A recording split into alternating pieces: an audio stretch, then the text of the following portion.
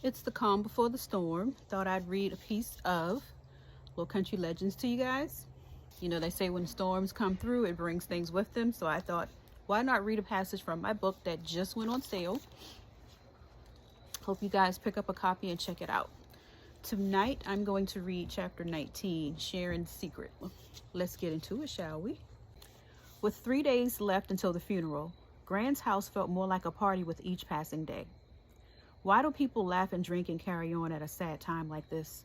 Plagued my mind as we brought in more cups, more ice, and more store-bought cake. Everyone passed over for the home-baked ones. I was determined to not be treated like a freak after last night. I avoided going out back with Cousin Carlos and the usual crowd and tucked myself away on the back of Granddaddy's truck with one of his Western novels I found in his room. "I found her," shouted Aunt Sharon, leaning over the cabin staring at me. "Why you hiding, child? I thought you and me were better than that," she said with a raised brow. It was hard to look at Aunt Sharon after our elder told me she didn't always use her magic for good.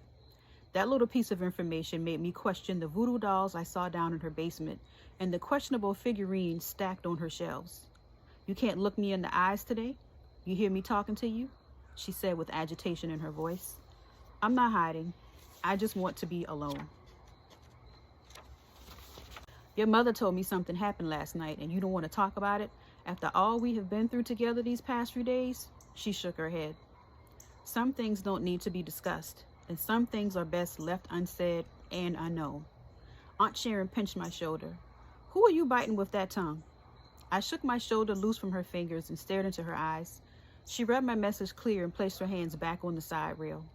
"Did the devil get to you or get into you last night?" she fussed. "Neither, but the truth did," I sassed her. She lowered the tailgate and climbed in next to me.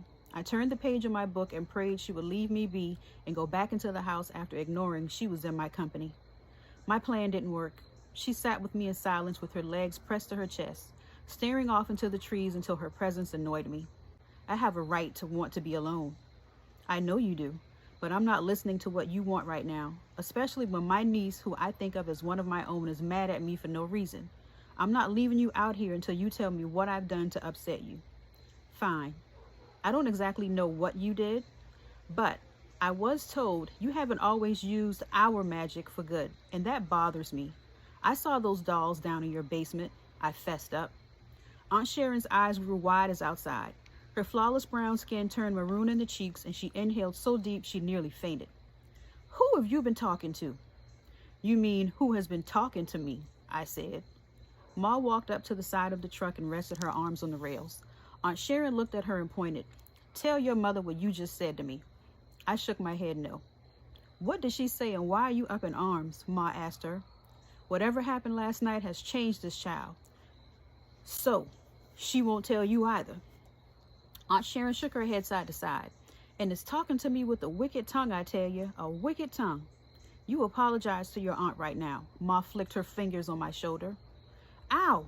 I wasn't being disrespectful." I rubbed the tingling sting where Ma struck me. "Enough of this, Vanya.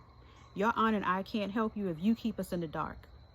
All I said was someone told me she doesn't use her magic for good all of the time. "Who is the someone?" Ma demanded. "Your great-grandmother."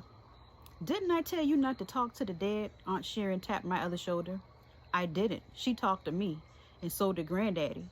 He said he left that watch Tam stole at the bank in her name. He is proud of you both, for my uncles to stop fighting and take care of Gran, and to tell Carlos he made life interesting. Great-Gran said they had high hopes for you, Aunt Sharon, but you don't always use our family gift for good, and she brought the storm over your house when we helped Hannah." I exhaled long and deep. As I huffed and puffed to catch my breath, my mother and aunt stared at each other with blank faces. They know I'm telling the truth, I thought to myself. "Is it true?" Ma asked Aunt Sharon with lowered brows. "I can explain." And that takes us into chapter 20, her hoodoo. My light decided to come on because it's getting darker.